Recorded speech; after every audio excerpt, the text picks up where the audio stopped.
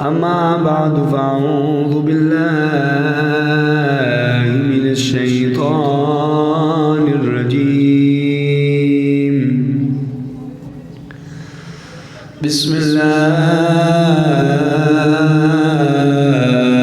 الرحمن الرحيم.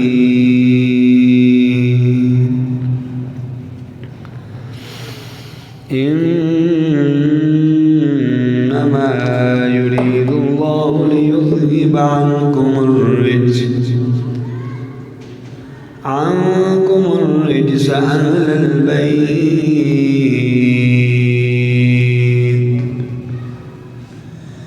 أهل البيت ويطهركم تطهيرا.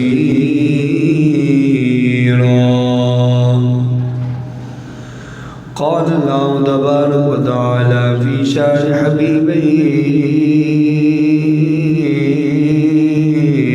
مخبرا وآمرا: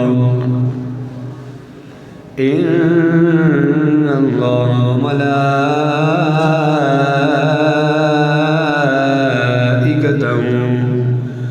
يصلون على النبي يا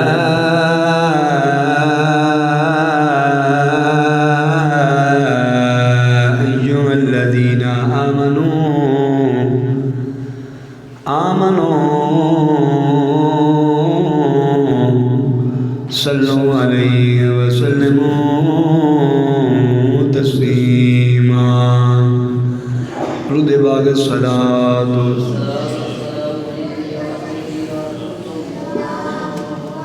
دل مصطفیٰ دا چین تے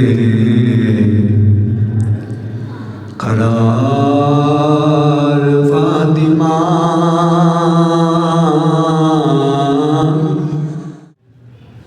اللہ جل شانہ کی حمد و ثنا جو ہر چیز کا مالک ہے، ہر چیز کا رازق ہے.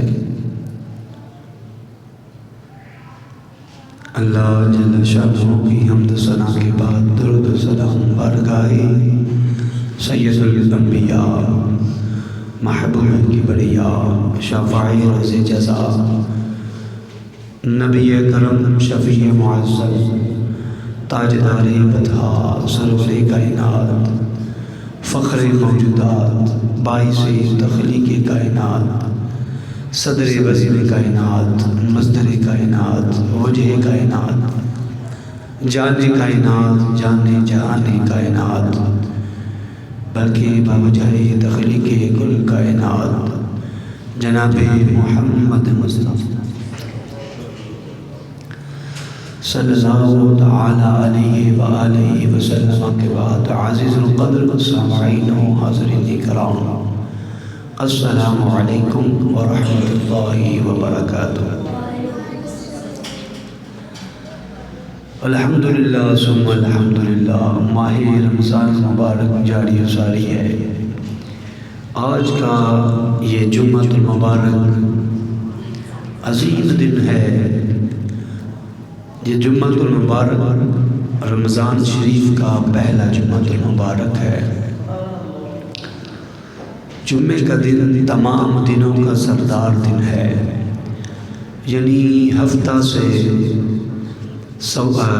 لے کر اور ہفتہ سے لے کر جمعرات تک تمام دنوں میں جو افضل ترین دن ہے وہ جمعے کا دن ہے. تو یہ دن ویسے ہی سردار دن ہے، تو جمعے کا دن بھی ہو، رمضان کا پہلا جمعہ بھی ہو، کیوں نہ پھر فضیلت اور برکت والا دن ہو. انتہائی خوش قسمتی آپ حضرات کی جو آپ آج کے اس عظیم متبرک اور پرکیف سعادتوں اور گھڑیوں میں اپنے گھر بار کو چھوڑ کے اللہ رب العزت کے گھر میں اس کے مہمان بن کر بیٹھ گئے. اللہ رب العزت کہ پیارے حبیب علیہ السلام آپ کا ارشاد گرامی ہے. حضور نے فرمایا کہ جمعۃ المبارک والے دن جو کوئی سب سے پہلے مسجد میں آتا ہے اس کو ایک اونٹ کی قربانی کا ثواب ملتا ہے۔ اس کے بعد جو مسجد میں آئے اس کو ایک گائے کی قربانی کا ثواب ملتا ہے۔ اس کے بعد جو مسجد میں آئے اس کو ایک دمبے کی قربانی کا ثواب ملتا ہے۔ پھر اس کے بعد جو آتا ہے اس کو ایک مرغے کی قربانی کا ثواب ملتا ہے۔ اسی طرح درجہ بدرجہ جو نمازی مسجد میں تشریف لاتے جاتے ہیں ان کو اللہ پاک ثواب مسجد میں آنے کا عطا فرما دیتا ہے۔ یہ جو ثواب ہے یہ صرف جمعے والے دن مسجد میں آنے کا ہے۔ اگر مسجد میں آنے کا یہ ثواب ہے تو یہاں بیٹھنے کا کتنا ثواب ہوگا، اور پھر یہاں پہ نماز ادا کرنے کا، ذکر و اذکار کرنے کا کتنا اجر و ثواب ہوگا۔ حضرات، آپ حضرات کے سامنے جو میں نے آیات مقدسہ تلاوت کی، اس کا تعلق، اس کی نسبت، اس کا ربط حضور سیدی تاجدار صداقت حضور سرور کائنات صلی اللہ علیہ وآلہ وسلم کی اہل بیت اطہار سے۔ یہ وہ پاک ہستیاں ہیں، یہ وہ نفوس قدسیاں ہیں جن کا ذکر کر کے ہم اپنی زبان کو معطر کرتے ہیں۔ جیسا ہم قرآن پاک کی تلاوت کرتے جائیں گے ہمارے سینے روشن ہوتے جائیں گے، جیسے جیسے ہم اللہ کے قرآن کی تلاوت کرتے جائیں گے ہمارے اذہان ذہن وسیع ہوتے جائیں گے، جیسے جیسے اس کے قرآن کی تلاوت ہوتی جائے گی اللہ پاک ہمارے لیے دنیا اور آخرت میں آسانیاں پیدا کرتے جائیں گے۔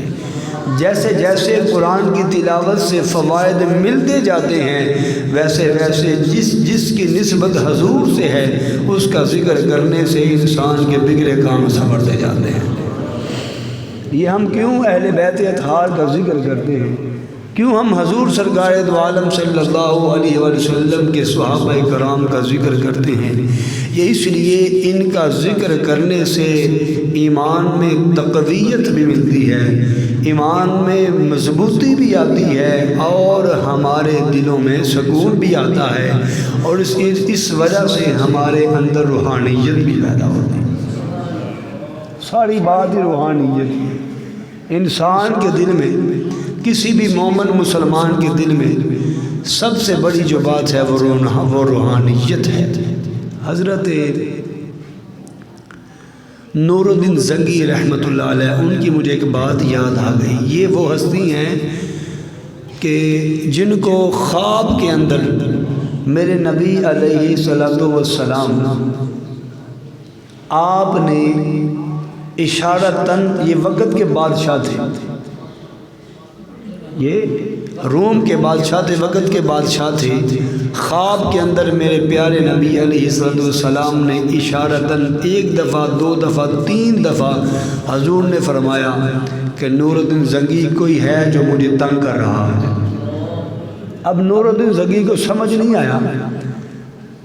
جب 3 دن گزر گئے نا تو ایک شخص ان کے دربار میں حاضر ہوا، وقت کے بادشاہ تھے، تو وہ آ کر کہنے لگا نور الدین زنگی آج رات مجھے امام الانبیاء کی زیارت ہوئی ہے، اور زیارت میں انہوں نے مجھے فرما دیا کہ میرے نور الدین زنگی سے کہہ دو جا کے۔ بس یہ الفاظ ان کے کہنے تھے۔ نور الدین زنگی وقت کا بادشاہ تھا اور اپنے ساتھ بے شمار خلفاء وزراء کے ساتھ اپنی مسند پہ تخت پہ بیٹھا ہوا تھا۔ فوراً اٹھ کھڑا ہوا، اس نے روک لیا۔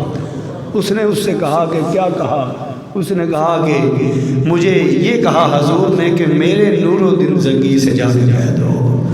انہوں نے کہا کہ پھر بتاؤ کیا کہا؟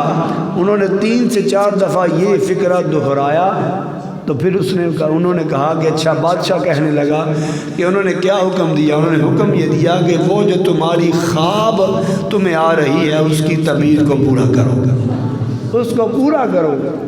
اب وہ خواب جو آ رہی تھی اس میں یہ تھا کہ 2 لوگ تھے جو حضور سرکار دو عالم صلی اللہ علیہ وسلم کے روضہ پاک کی جانب سرنگ کے ذریعے بڑھ رہے تھے، اور ان کا یہ مشن تھا، مقصد یہ تھا کہ وہ نبی علیہ السلام کے جسد پاک کو وہاں سے نکال کر وہ لے کر جانا چاہتے تھے۔ وہ ایک لمبی بات ہے۔ تو اب حضرت نور الدین زنگی جو وقت کے بادشاہ تھے، ان کو اس شخص نے آگے بتایا، نور الدین زنگی نے فوراً اعلان کیا کہ ہاں مجھے اشارہ ہو رہا تھا، خواب میں 3 دفعہ یہ اشارہ ہوا، میں نے ان دونوں کی شکلوں کو پہچان لیا ہے۔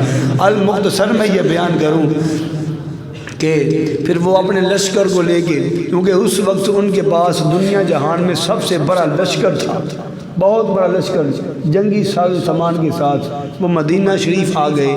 جب مدینہ شریف پہنچے نا، انہوں نے مدینہ شریف آتے ہی پہلے نمبر پہ جو کام کیا، انہوں نے مدینے کا محاصرہ کر لیا۔ سارے فوجیوں کو کہا ابھی جو مدینے میں موجود ہے وہ باہر نہ نکلے، باہر سے کوئی اندر نہ آئے۔ سارے لوگوں کو جمع کر لیا، جمع کر کے اس نے کہا ساری کی دعوت، سب کی دعوت ہے میرے پاس، سارے کھانے کے لیے آ جاؤ۔ سارے لوگ کھانے کے لیے آ گئے۔ نور الدین زنگی رحمت اللہ علیہ نے سب کو دیکھا، لیکن وہ جو 2 لوگ خواب میں آئے تھے وہ لوگ نہ آئے، وہ خواب میں نہیں آئے۔ آپ کہنے لگے بھئی سارے مدینے میں جتنے بھی لوگ موجود ہو سارے آ گئے ہو؟ انہوں نے کہا جی سارے آ گئے ہیں۔ انہوں نے کہا نہیں کچھ ہیں جو نہیں آئے۔ انہوں نے کہا ہاں 2 لوگ ہیں، وہ جناب دور سے آئے ہیں اور وہ آ کے انہوں نے فلاں جگہ جھونپڑی بنائی ہے، وہ 2 لوگ نہیں آئے۔ آپ نے فرمایا بات ٹھیک ہے، ان کے پاس مجھے لے چلو۔ اب نور الدین زنگی رحمت اللہ علیہ جب گئے نا تو دیکھا تو وہی 2 لوگ تھے جن کا ان کو خواب میں جن کا ذکر ہوا تھا، شکلیں دکھائی گئی تھی، وہی 2 لوگ تھے۔ جب آپ نے کہا بھئی تم کیوں، کس مقصد کی؟ انہوں نے کہا جی ہم عبادت کر رہے ہیں صرف، اور ہمارا کوئی مقصد نہیں۔ جب ان کی جھونپڑی میں، ان کے حجرے میں نور الدین زنگی گئے نا، تو انہوں نے جا کے تو ان کے حجرے کا معائنہ کیا، دیکھا، تلاشی لی، تو جس جگہ بھی انہوں نے مسلے بچھائے تھے، چٹائی بچھائی تھی، اس جگہ کے نیچے انہوں نے سرنگ کھینچی تھی جو روضہ رسول صلی اللہ علیہ وسلم کی طرف جا رہی تھی۔ تو بات کرنے کا مقصد یہ ہے، پھر انہوں نے کیا کیا کہ سیسا پلائی دیوار بنا دی، اور وہ دیوار اتنی مضبوط تھی کہ اس کو آج تک کوئی گرا نہیں سکا۔ حقیقت میں روضہ رسول صلی اللہ علیہ وسلم کے گرد جو پہلی بار ہے وہ یہی ہے، وہ سیسا پلائی شیشہ پگھلا پگھلا کے دیوار بنائی، اور یہ 1 دن میں 2 دن میں نہیں، کئی سال میں کام ہوا۔ المختصر یہ میرے دوستوں، میرے بھائیوں، ان نفوس قدسیہ کا ذکر، اہل بیت اطہار کا ذکر ہم اس لیے کرتے ہیں، صحابہ کرام رضوان اللہ تعالی علیہم اجمعین کا ذکر ہم اس لیے کرتے ہیں تاکہ ان کا ذکر کرنے سے اللہ بھی خوش ہوئے، اللہ کے پیارے حضور بھی خوش ہو جائے۔ اور دوسرا یہ کہ ہمارے اندر جو ایمان کا جذبہ ہے، جو ایمان کی حرارت ہے، اس کو سدا سلامتی مل جائے۔ اور تیسری بات یہ کہ ان نفوس قدسیہ کا ذکر کرنے سے اللہ پاک ہماری دنیا بھی سنوار دے، آخرت بھی سنوار دے۔ ویسے تو اہل بیت اطہار کا ذکر کرنا عین عبادت ہے، اور کچھ یوں ہے کہ کیونکہ جو حضرت صاحب نے صبح موضوع شروع کیا تھا اسی موضوع کو میں آگے لے کے چلوں گا۔ تو ایک آیت مقدسہ میں نے آپ حضرات کے سامنے پڑھی جس میں اللہ پاک نے فرمایا انما یرید اللہ لیذھب عنکم الرجس۔ اللہ پاک نے فرمایا کہ اے پیارے حبیب علیہ السلام، آپ کے جو گھر والے ہیں، آپ کے جو قریبی ہیں، انما یرید اللہ لیذھب، جو آپ کے تعلق والے ہیں، آپ کے گھر والے ہیں، عنکم الرجس، ہم نے ان کو رجس سے پاک کر دیا، ہم نے ان کو گندگی سے دور کر دیا، ہم نے ان کو پلیدی سے دور کر دیا، ہم نے ان کو ناپاکی سے دور کر دیا۔ اور یہ کون ہے؟ اہل البیت، آپ کی اہل بیت والے۔ اب یہاں میں یہ مسئلہ کلیئر کر لیں، بات ذہن نشین کر لیں کہ جو رسول اللہ صلی اللہ علیہ وسلم کے اہل بیت والے ہیں نا، اہل بیت اطہار والے ہیں، ان کا معاملہ ہماری طرح نہیں ہے، باقی امت کی طرح نہیں ہے۔ جیسے کوئی جنبی ہو جائے جس کا غسل ٹوٹ جائے، جس کا غسل ٹوٹ جائے، اب وہ پہلے نمبر پہ جس کا غسل ٹوٹ جائے وہ قرآن پاک کو چھو نہیں سکتا، قرآن پاک کی تلاوت نہیں کر سکتا، اگر وہ وضو کر لے تو پھر بہتر یہی ہے تلاوت نہ کرے، علماء نے یہ فرمایا۔ لیکن اگر اس کے پاس اتنا پانی میسر نہیں کہ فوراً غسل کر لے، پھر اس کو ضرورت ہے تو وہ کیا کرے، وضو کر لے۔ یہ مسئلے کی بات ہے، انشاءاللہ مسائل باقاعدہ تفصیلاً بھی بیان کیے جائیں گے۔ تو یعنی جس کا غسل ٹوٹا وہ قرآن پاک کی تلاوت نہیں کر سکتا، قرآن پاک کو چھو نہیں سکتا، وہ کسی مجلس میں، روحانی مجلس میں نہیں جا سکتا، حتیٰ کہ وہ مسجد میں نہیں آ سکتا جس کا غسل ٹوٹ جائے۔ یہ پوری امت کے عام لوگوں کی بات ہے، لیکن میرے حضور سرکار دو عالم صلی اللہ علیہ وسلم نے فرمایا کہ دنیا جہان کے لوگ اگر جنبی ہو جائیں، غسل ٹوٹ جائے، مسجد میں نہیں آ سکتے، میرا علی اور حسن حسین مسجد میں آ سکتے ہیں۔ نہیں بہت بڑی بات ہے، سبحان اللہ تو کہنا یار، یہ کوئی چھوٹی بات ہے؟ حضور نے فرمایا غسل ٹوٹ جائے، مسجد میں نہ ہو، علی تم بھی آ جاؤ، حسن تم بھی آ جاؤ، حسین تم بھی آ جاؤ۔ اس سے مراد اب یہ ہوا انما یرید اللہ لیذہب عنکم الرجس، اللہ نے فرمایا وہ اس لیے کہ علی ناپاک نہیں ہوا، حسن حسین ناپاک ہوئے ہی نہیں ہے، یہ پاک ہی پاک ہے۔ یہی وجہ ہے کہ جب حضرت سیدہ طیبہ طاہرہ آپ کے ہاں اولاد ہوئی نا، حضرت امام حسن حسین، تو وہ معاملہ نہیں تھا جو عام طور پہ ہوتا ہے، کسی کے ہاں اگر اولاد ہو تو وہ ناپاک ہو جائے، ایسا نہیں ہے، بلکہ بی بی پاک کے بارے میں روح البیان میں ایک روایت بھی موجود ہے، جب حضرت امام حسن حسین کی ولادت ہوئی چند لمحوں کے بعد نماز کا وقت تھا۔ کیا تھا جی؟ نماز کا وقت تھا، آپ کی ولادت ہوئی، بی بی پاک نے نماز ادا فرما لی۔ اب آپ کو علم ہے کہ 40 دن تک تو عورت ویسے ہی نہیں نہاتی، مطلب اس کو کہتے ہیں نا کہ 40 دن تک وہ پاک نہیں ہو سکتی، تو بی بی پاک نے فوراً نماز پڑھی، دنیا جہان کے لوگوں کو یہ بتا دیا کہ اے دنیا جہان والو، تمہارا مسئلہ اور ہے، اہل بیت کا مسئلہ اور ہے، یہ ناپاک نہیں ہے، اللہ پاک نے ان سے ناپاکی کو، رجس کو، پلیدی کو دور کر دیا ہے، یہ پاک ہی پاک ہے۔ ایک مثال میں اور دیتا ہوں، حضرت مولا علی مشکل کشا شیر خدا کرم اللہ وجہ الکریم، آپ کی ولادت کہاں ہوئی تھی؟ بولیے تو صحیح، کہاں ہوئی تھی؟ خانہ کعبہ شریف کے اندر آپ کی ولادت ہوئی تھی۔ اب بتائیے کہ خانہ کعبہ شریف کون سی جگہ ہے؟ وہ تو ایسی جگہ ہے کہ آج بھی وہاں پہ غیر مسلم نہیں جا سکتا، وہ تو ایسی جگہ ہے، اتنی پاک جہاں کہ جہاں سے 1500 سال کے بعد بھی غیر مسلم نہ جا سکے، اتنی پاک جگہ کے اندر کسی کی ولادت ہونا، اب جہاں پہ کسی کی ولادت ہو وہ جگہ پاک ہوتی ہے کہ ناپاک ہوتی ہے؟ اگر کسی بچے کی ولادت ہو وہ جگہ ناپاک ہو جاتی ہے، وہ بستر ہو، وہ چٹائی ہو، زمین ہو، کپڑے ہو، سب کچھ ناپاک ہو جاتا ہے۔ لیکن مولا کائنات کی جب ولادت ہوئی تو خانہ کعبہ شریف تھا، اس سے پتہ یہ چلا جو بچہ دنیا میں آیا اس سے بھی اللہ نے پاک نے ناپاکی کو دور کر دیا، جس ماں نے اس بچے کو جنم دیا اللہ پاک نے اس سے بھی ناپاکی کو، انما یرید اللہ لیذہب عنکم الرجس اہل البیت۔ حضرت بی بی پاک سیدہ طیبہ طاہرہ، اللہ نے فرمایا میں نے ان سے ناپاکی کو، پلیدی کو دور کر دیا، ان کی یہ صفت ہے اہل بیت اطہار کی، حضور کے گھرانے والوں کی، کہ وہ ناپاک نہیں ہوتے، وہ ہر وقت پاک ہی رہتے ہیں۔ اس میں ایک اور مسئلہ میں کلیئر کر دوں یہاں پہ، اس آیت کے تناظر میں، ایک ہمارے حضرت صاحب ہیں، ہمارے اہل سنت گئی، تو انہوں نے ایک بات کی، اس پہ بڑا اعتراض ہوا، بڑا شور ڈلا۔ وہ کیا ہوئی؟ انہوں نے کہا کہ مولا امام علی مقام مولا حسین رضی اللہ تعالیٰ عنہ، انہوں نے جب جنگ کی تو میدان کربلا میں، تو جب آپ کو زخم آئے، چوٹیں آئیں، تو پھر آپ نے کہا کہ اذان کا وقت ہو گیا، بڑی اہم بات ہے اسی آیت کے تناظر میں، یہ میں اپنی بات نہیں کر رہا، مفتیان نظام نے پھر فتویٰ دیا اس پہ، تو انہوں نے بات تو کر دی، پھنس گئے وہ، بہرحال انہوں نے کہا کہ وقت ہو گیا نماز کا، انہوں نے کہا کیا ٹائم ہے؟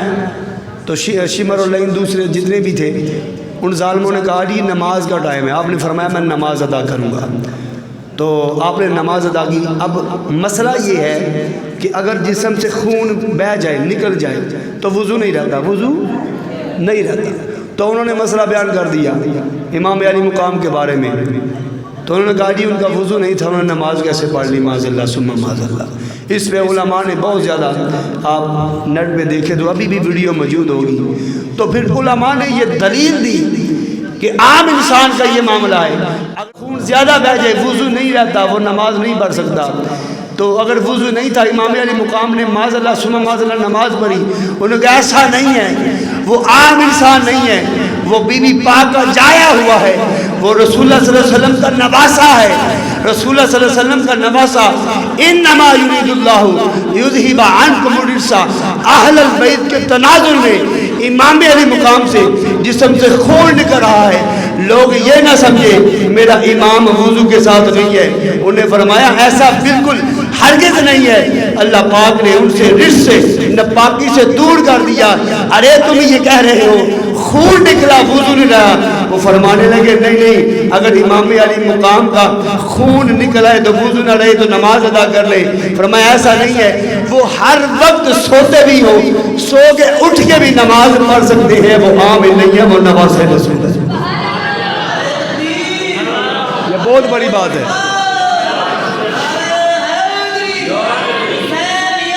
زندہ باد۔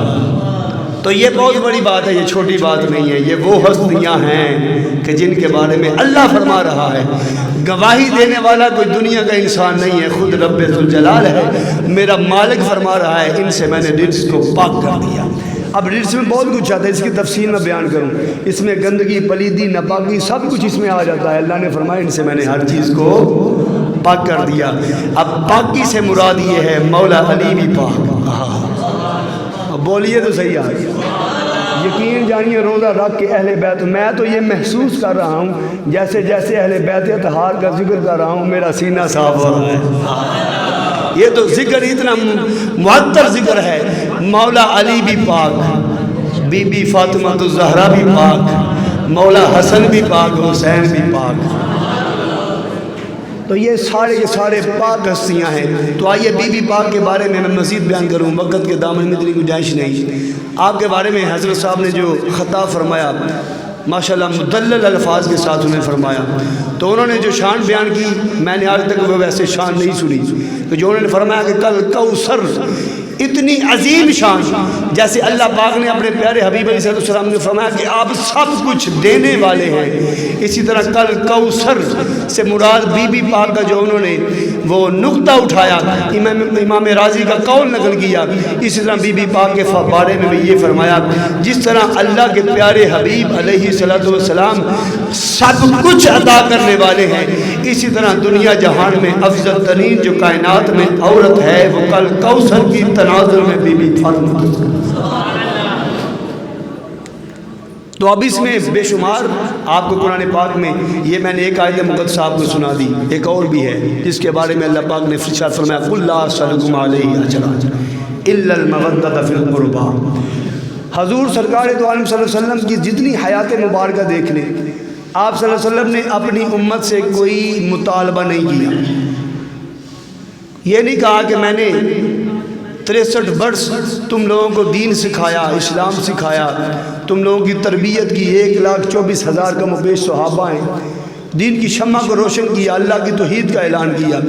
حضور نے کسی موقع پہ کسی مقام پہ یہ نہیں فرمایا کہ میں تم سے کچھ طلب کرتا ہوں، کوئی میرا مطالبہ ہے، لیکن ایک مقام ایسا آیا کہ جس کے بارے میں قرآن پاک میں اللہ پاک نے فرمایا، حبیب فرما دیجیے قُلْ لَا أَسْأَلُكُمْ عَلَيْهِ أَجْرًا، میں تم سے کوئی اجر نہیں مانگتا، کوئی صلہ نہیں مانگتا، دنیا کے روئے زمین کے مشرق سے لے کے مغرب تک، شمالاً جنوباً اللہ کی توحید کا اعلان کر دیا۔ 1500 سال کے بعد بھی میرے پیارے نبی صلی اللہ علیہ وسلم کا دین یہ عرفہ و اعلیٰ ہے، یہ اس مقام پہ فائز ہے، باقی ادیان کی اس کے آگے کوئی حیثیت نہیں ہے۔ اتنا بڑا کام کر دیا حضور سرکار صلی اللہ علیہ وسلم نے، اپنی حیات مبارکہ میں اسلام کے لیے 27 غزوات لڑے، 27 جنگیں لڑی۔ حضور سرکار دو عالم صلی اللہ علیہ وسلم نے پوری کی پوری زندگی، بلکہ زندگی کی ایک ایک سانس حضور نے اپنے امتیوں کے لیے وقف کر دی، لیکن حضور نے اجر کوئی مطالبہ بولیے تو کوئی مطالبہ، لیکن ایک ایسا موقع آیا جس کے بارے میں اللہ کے پیارے حبیب علیہ السلام نے فرمایا قُلْ لَا أَسْأَلُكُمْ عَلَيْهِ أَجْرًا إِلَّا الْمَوَدَّةَ فِي الْقُرْبَىٰ۔ اب یہ جو آیت مقدسہ ہے اللہ نے قرآن میں نازل فرمائی، یہ حدیث پاک نہیں میں پڑھ رہا ہوں، میں یہ قرآن پاک کی آیت پڑھ رہا ہوں۔ اس میں ایک عالم دین ہمارے انہوں نے بڑی خوبصورت بات کی، انہوں نے کہا اہل بیت اطہار آپ کی شان کے بارے میں حکم خداوندی ہے، آپ کی عظمت کے حوالے سے حکم خداوندی ہے، آپ کے ادب کے حوالے سے اہل بیت کا ادب کرنا اللہ پاک نے خود بتایا، خود سکھایا۔ شاید حدیث میں ہوتا تو لوگ کہتے تھے معاذ اللہ یہ ضعیف ہے، شاید کوئی اور روایت میں ہوتا لوگ طرح طرح کی باتیں کرتے، لیکن چونکہ اب قرآن میں آ چکا ہے لہذا 1500 سال سے لے کر اب تک اور اب سے لے کے قیامت تک کوئی اس کو جھٹلا نہیں سکتا۔ ہر ایک کو اس بات کو تسلیم کرنا پڑے گا کہ اہل بیت کا ادب عین ایمان کی جو شک ہے عین ایمان کے مطابق ہے۔ حضور نے کیا فرمایا قُلْ لَا أَسْأَلُكُمْ عَلَيْهِ أَجْرًا إِلَّا الْمَوَدَّةَ فِي الْقُرْبَىٰ۔ حضور نے فرمایا میں تم سے کوئی اجر کوئی مطالبہ طلب نہیں کرتا، میرا تم سے کوئی مطالبہ نہیں، یعنی کوئی گلہ شکوہ بھی نہیں، کچھ بھی نہیں، بس ایک کام کرنا۔ کیا کرنا؟ بولیے تو صحیح، کیا کرنا؟ ایک کام ضرور کرنا۔ یا رسول اللہ صلی اللہ علیہ وسلم وہ کون سا کام ہے؟ اب کام تو شاید یہ ہوگا، ہم سمجھ ہوں گے کہ نماز پڑھنا، نماز تو فرض ہے بھائی۔ کام یہ ہوگا کہ حج کرنا، نہیں ایسا بھی نہیں ہے۔ روزے رکھنا یہ بھی فرض ہے۔ کوئی اور کام کرنا، رسول اللہ صلی اللہ علیہ وسلم نے یہ فرمایا ہوگا کہ میرے روزے پہ آنا، ایسا بھی نہیں، یا کوئی اور اس طرح کا، نہ رسول اللہ صلی اللہ علیہ وسلم نے فرمایا بس ایک کام وہ یہ کرنا کہ میری اہل بیت کے ساتھ پیار کرنا۔ کیا کرنا جی؟ اِلَّا الْمَوَدَّةَ فِي الْقُرْبَىٰ، میرے قریبیوں کے ساتھ، میرے تعلق والوں کے ساتھ تم پیار کرنا۔ اگر تم چاہتے ہو نا کہ محمد صلی اللہ علیہ وسلم راضی ہو جائے، اگر تم چاہتے ہو نا کہ میں نے تم سے یہ جو 63 سال کی عمر، یہ جو سانس ایک ایک لمحہ میں نے اپنے غلاموں کے لیے وقف کر دیا لیکن ان سے کچھ نہیں مانگا، تو پھر میرا ایک ہی مطالبہ ہے، تم بس ایک ہی کام کرنا، میرے قریبیوں کے ساتھ اہل بیت اطہار کے ساتھ پیار کرنا۔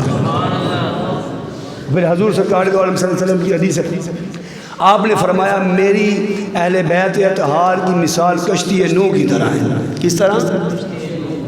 کشتی نوح، جس طرح حضرت نوح علیہ السلام کی کشتی میں جو سوار ہوا بچ گیا، جو سوار نہ ہوا ڈوب گیا، اس طرح حضور نے فرمایا میری اہل بیت اطہار کی مثال بھی کچھ اسی طرح ہے۔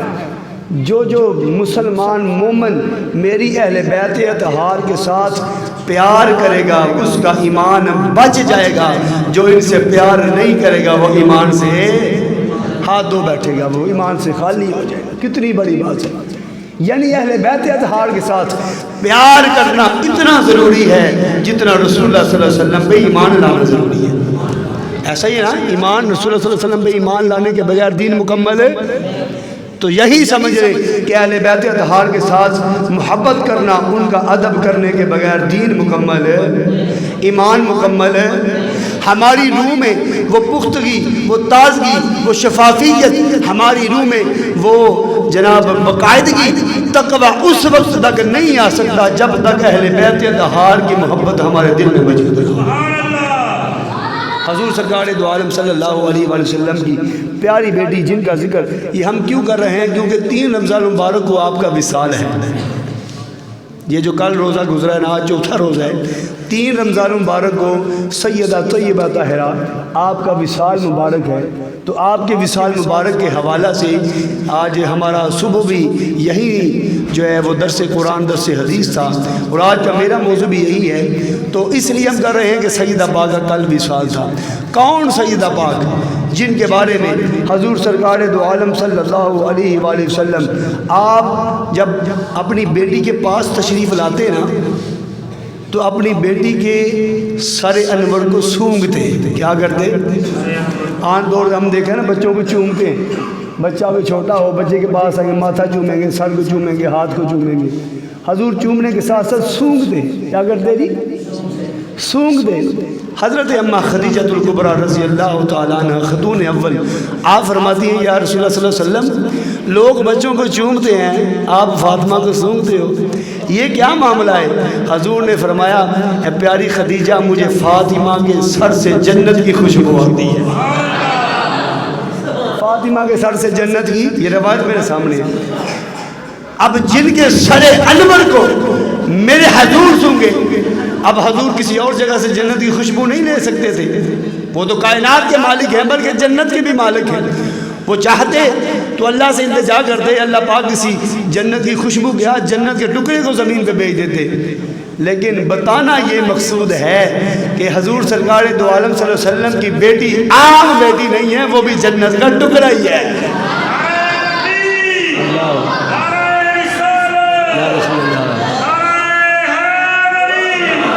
اللہ پاک نے فرمایا پیارے محمد، کسی پہاڑ پہ جا کے جنت کی خوشبو نہیں سونگنا، کسی چشمے پہ جا کے جنت کی خوشبو نہیں سونگنا، کسی جناب مسجد میں جا کے جنت کی خوشبو نہیں سونگنا۔ ارے جنت تو ہم نے تیرے کان میں بھیج دی، فاطمہ کے پاس جاؤ، جا کے اس کے سر کو سونگ لینا، سمجھنا جنت کی خوشبو آ گئی۔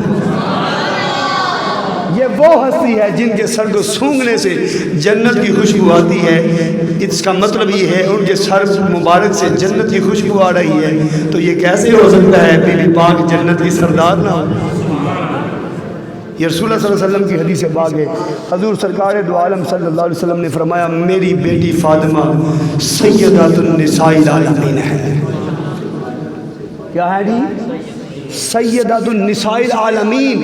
جس طرح اللہ پاک رب العالمین ہے، پوری دنیا کو پیدا کرنے والا ہے، اللہ کے پیارے حبیب رحمت للعالمین ہے، پوری دنیا کے لیے رحمت بن کے آئے ہیں، اس طرح نساء العالمین پوری دنیا کی خواتینوں اور تو سن لو، تم سب کی جو سردار، تم سب کی جو ملکہ اس دنیا میں بن کے آئی ہے وہ کوئی اور نہیں، میرے حضور سرکار صلی اللہ علیہ وسلم کی پیاری بیٹی فاطمہ الزہرا صلی اللہ علیہ وسلم۔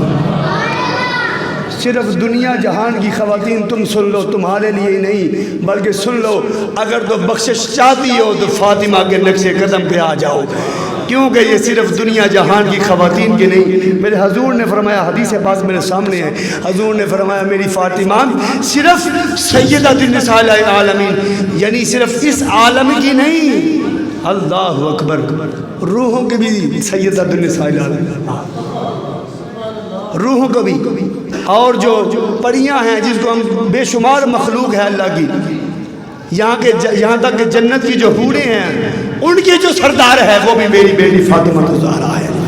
یہاں تک کہ حضور نے فرمایا کہ پھر یہ نہیں بلکہ تمام جنتی عورتوں کی خواتین کی سردار میری پیاری بیٹی سیدہ فاطمہ الزہرا۔ یہ وہ ہستی ہے، عظیم ہستی۔ اور آپ، ایک تو یہ ہے کہ آپ کو یہ مقام کیوں ملا؟ آپ کو یہ مقام اس لیے ملا کیونکہ آپ کے والد، آپ کے فادر، آپ کے ابا جان تمام نبیوں کے سردار تھے۔ جن کے والد صاحب تمام نبیوں کے سردار ہوں، ان کی بیٹی تمام عورتوں کی سردار ہے۔ آپ کی ہر نسبت افضل و اعلیٰ ہے۔ جس طرح حضرت نے فرمایا اگر آپ کے شوہر کو دیکھیں تو وہ تمام دنیا جہان کے جتنے بھی اولیاء ہیں ان کے سردار ہیں۔ اگر آپ کے بیٹوں کو دیکھیں، حضرت امام حسن و حسین کو دیکھیں، وہ تمام دنیا جہان کے جتنے بھی شہداء ہیں ان کے سردار امام علی مقام امام حسین ہیں۔ آپ کا یہ مقام ہے، باپ تمام نبیوں کا سردار، جناب شوہر تمام ولیوں کا سردار، بیٹا تمام شہیدوں کا سردار، اور خود تمام جنتی عورتوں کی سردار، سیدۃ النساء العالمین سیدہ پاک۔ آپ کا ایک تو یہ معاملہ تھا کہ آپ کو یہ شان اور فضیلت، اس لیے میں آخری بات کروں، دوسرا یہ اللہ پاک نے ہستیوں کو چن لیا تھا۔ سیدۃ النساء العالمین کا یہ معمول تھا، آپ جب عبادت کرتی نا پوری رات اللہ کی بارگاہ میں عبادت کرتی رہتی ہے۔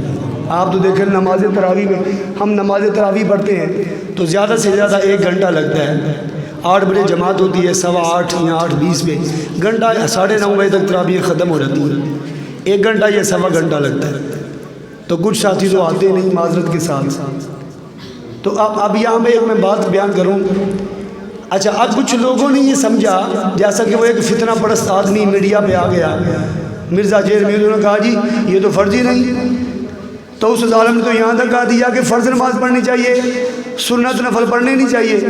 لعنت تجھ پہ، تو میری حضور سرکار صلی اللہ علیہ وسلم کی امت کو کس طرف لے کے جا رہا ہے؟ میں نے پھر ایک بات کی تھی میں نے اپنے دوستوں میں، تو آپ بھی اس بات کو ذہن نشین کر لیں۔ مرزا لعنتی اگر تو یہ کہتا ہے کہ سنت نفل پڑھنے ہی نہیں چاہیے، صرف فرض پڑھنے چاہیے، پھر تو اینج کر کے نکر پا کے نماز پڑھیا کر، کیونکہ نماز میں تو جو فرض ہے سر درد چھپانا ہے وہ گھٹنوں سے لے کے ناف تک ہے کہ نہیں یار؟ بولو تو صحیح۔ نماز وچ اگر تسی اپنے پیٹ تو لا کے تے گوڈیاں تک جسم نوں ٹکیا تو نماز ہو جائے گی، کی ہوئے گا؟ تے مرزا لعنتیا آ ذرا آ کے تو نکر پا کے نماز تے پڑھا کے باہر اور بولتے دیو یار، بڑے آرام نال مرزے دیاں ویڈیو ویکھدے ہو پھر سانوں آ کے سوال کردے ہو اے مرزا نے کہا سنت نہیں پڑھنے چاہیے، وہ آندا نماز تراویح نہیں پڑھنی چاہیے، نفلی عبادت نہیں۔ مرزے نو ذرا میرا پیغام تے پہنچا دو، مرزا بس تو ایک نماز نکر پا کے بہا دے، کیونکہ نماز تے پھر ہی ہے ناف سے لے کر گھٹنوں تک اگر بدن چھپا ہوا ہے نماز ہو جائے گی۔ تو مرزا صاحب آپ کیوں پھر پورے کپڑے پہنتے ہو، پھر امامہ شریف ہی پہنتے ہو؟ اگر تم نکر پہن کے نہیں پورا لباس پہن کے نماز پڑھا سکتے ہو، نکر پہن کے اس لیے نہیں تمہاری انسلٹ ہوگی، بستی ہوگی، تو پھر سن لو ہم بھی یہ کہتے ہیں سنت اور نفل کے بغیر نماز ہو نہیں سکتی۔ نہیں بولے نہیں تو انہوں پڑھنے پہنے نہیں چاہ کو سبحان اللہ۔ اگر تم یہ کہتے ہو صرف پڑھنے چاہیے نماز فرض تراویح نہیں پڑھنی چاہیے، پھر سن لے اگر تو یہ کہتا ہے تو پھر سن لے اگر نکر پا کے تیری نماز نہیں ہو سکتی پھر ہماری نماز تراویح کے بغیر رمضان روزہ مکمل ہی نہیں ہو سکتا۔ لہٰذا اس فتنے پرست آدمی کے پیچھے نہ جائیں، اپنے ایمان کی حفاظت کریں، نماز تراویح میں تشریف لائیں۔ تو میں یہ بیان کر رہا تھا سیدۃ النساء العالمین، ہم تو 1 گھنٹہ نماز تراویح پڑھ کے نہ تو تھک جاتے ہیں۔ آپ کا یہ عالم ہوتا تھا جب نماز عشاء پڑھتی نا، نماز عشاء پڑھنے کے بعد اپنے شوہر سے اجازت لیتی کہ اے علی مجھے اجازت دے، میں اب بارگاہ خداوندی میں سربہ سجود ہونا چاہتی ہوں۔ اللہ، وہ اجازت اس لیے لیتی کیونکہ آپ کے خامن تھے، آپ کے ظاہر ہے خام میاں بیوی کے معاملات ہوتے ہیں، آپ اجازت دیتے۔ تو سیدۃ النساء العالمین جن کا آج ہم ذکر کر رہے ہیں وہ نماز عشاء کے بعد سر سجدے میں رکھتی 1 گھنٹہ 2 گھنٹہ 3 گھنٹہ، یہاں تک کہ لمبی لمبی سردیوں کی یہ جو راتیں ہیں وہ گزر جاتی، فاطمہ کا ایک سجدہ بھی پورا نہ ہوتا، ادھر فجر کی اذان ہو جاتی۔ ہے کوئی سیدۃ النساء العالمین کی عبادت جیسا؟ یہ ان کے ہم کیوں ذکر کر رہے ہیں؟ انہوں نے بتلا دیا، پھر وہ تو لمبی بات ہے نا کہ آپ کا پھر جو تربیت آپ نے اپنی اولاد کی، دیکھیں یہ وہ نفوس قدسیاں ہیں، ہم ان کا ذکر کر کے اپنے دلوں کو معطر و منور کر رہے ہیں۔ یہ وہ سیدۃ النساء العالمین ہے۔ آج کی ہماری عورت جو ہے وہ نقاب کو پردے کو ترجیح نہیں دیتی۔ بی بی پاک سیدۃ النساء العالمین یہ وہ ہستی ہیں جن کے گھر جبرائیل بھی بغیر دستک کے نہیں آتے تھے۔ جبرائیل تمام ملائکہ کا سردار جب بھی بی بی پاک کے دروازے پہ آتا تو دستک دے کے دروازے پہ آتے ہیں۔ تو یہ وہ ہستیاں ہیں۔ اللہ رب العزت کی بارگاہ میں یہی دعا ہے اللہ پاک ہم سب کو اہل بیت اطہار سے محبت عطا فرمائے، ان کا ادب کرنے کی توفیق نصیب فرمائے۔ وما علینا الا البلاغ المبین۔